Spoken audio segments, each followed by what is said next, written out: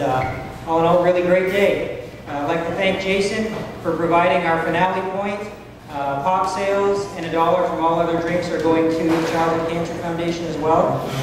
I'd like to thank Ray at Motorsport for our traditional start point, the Dover Optimist for another great barbecue at Grand Point, our volunteers who helped with registration, set up, our committee who worked with Lori and I over the past year getting sponsors, promoting the event on the internet,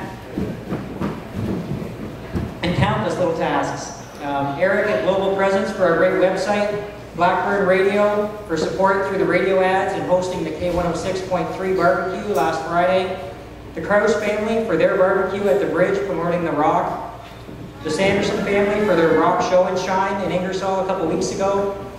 So many people have put forth so much effort into this event, I can't begin to describe how grateful we are. And you, the riders, who come to The Rock to support the cause, who knock on doors and hit up co-workers for pledges, spreading the word that our children need their help. Without you, The Rock couldn't roll. Thank you. It's a big hand for you guys.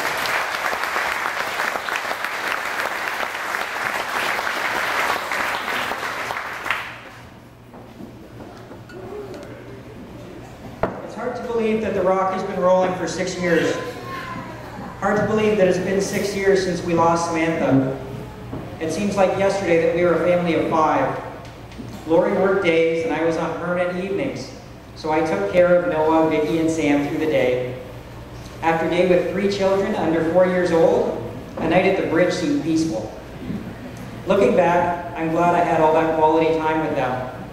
We would crank up the music and the girls would dance and jump around the living room until they were exhausted. Noah would try to teach them how to roar like a real dinosaur. And I would hope that the next round of diaper changes wouldn't be needed until Lori came home at 3:30. It seems like yesterday that our world shrunk to the size of 2 blocks, with the center being sick kids in downtown Toronto, and the Ronald McDonald House was our outer boundary. It was a 4-minute run. I timed it. When we first got to Sick Kids, there was a little boy down the hall, around 8 or 9. I can't even remember his name now. He had a white chalkboard on his door, and it said, "I will beat this. I am a survivor." The defiant determination in this simple statement made me smile that morning. Then one day, I walked by his room, surprised to see the door open again. He had been transferred down to PICCU a couple weeks earlier. His dad was hastily stuffing all of his son's toys and books into big black garbage bags. He wasn't coming back. It seems like just yesterday that I sat on Sammy's hospital bed, stringing beads with her. When we got to the end of the string, rather than tie it off, she grabbed the end and let them all slide off all over the bed. Again, and she'd laugh. We spent our days watching Barney and VeggieTales, coloring and listening to the incessant beeping of IV machines. We'd hide together under the sheet as we were wheeled down the hall to the CAT scan room, pretending any germs out there were monsters. And in her immunocompromised condition, they actually were. It seems like yesterday that I sat by her bed in PICCU, that's Pediatric Intensive Critical Care Unit, reading her stories and magazine articles while the respirator hummed behind us. Although there was no indication in her comatose state, we presumed she could hear us, could sense we were there holding her limp little hand. I would turn away when I couldn't hold back the tears because Sammy didn't like when we cried. "Leaky eyes don't help, Daddy," she used to say. The memory of her last moments are burned into me forever. Watching the doctors try in vain to resuscitate her, holding her for the last time, feeling like my own heart was going to explode from the pain, screaming silently, "Why?" I could conceive of no reason why such a thing should be allowed to happen to a small child. Why couldn't it have been me? I've lived, loved, sinned, experienced some life, but Sammy never had a chance. If there is a reason for all things, some good to be had out of any tragedy, what could possibly justify such a horror as this? How can we go on? What's the point? This is the point. This is the reason to go on. bringing you together to ride for our cancer kids, sharing her story so others don't suffer her fate. Sammy lost her battle, but the war is not over. We carry on the fight in her honor, and the so many others lost, or suffering, or fearful of the next relapse. I don't know whether there is a researcher out there whose breakthrough hinges on the money we are collecting, or someone who hears Sammy's story and decides to become an oncologist, and she ends up saving lives. I don't know how, but I know we are making a difference.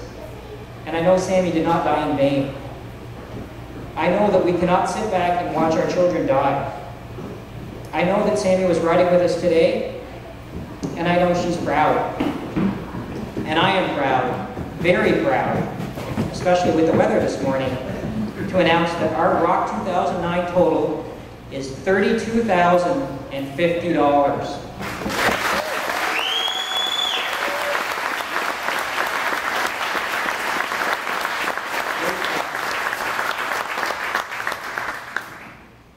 The Childhood Cancer Foundation was unable to send a representative down today to accept the check, but the funds will be forwarded on Monday, and it will be funding research post-haste. Mary Lai, the Director of Communications and Marketing, sent the following speech for me to read. I want to thank each and every one of you for being here today, riding for our cancer kids and uniting in the fight against childhood cancer in our country in memory of Samantha.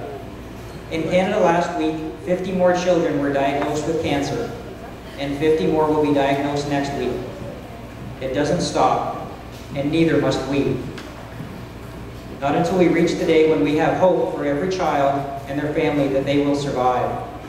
We are now at 82% survival rate, but that is not good enough for the 1 in 5 who doesn't make it.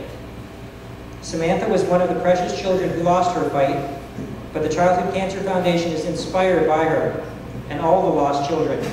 And with your help, we will keep working to raise money to fund researchers who help us find kinder treatments and more effective cures for all children. Our slogan at the foundation is, "We will win." And with your help today, we will get that much closer to the winning post. Thank you for riding today and uniting in the fight on behalf of our foundation and the 10,000 cancer-fighting kids in Canada. I send my warmest thanks.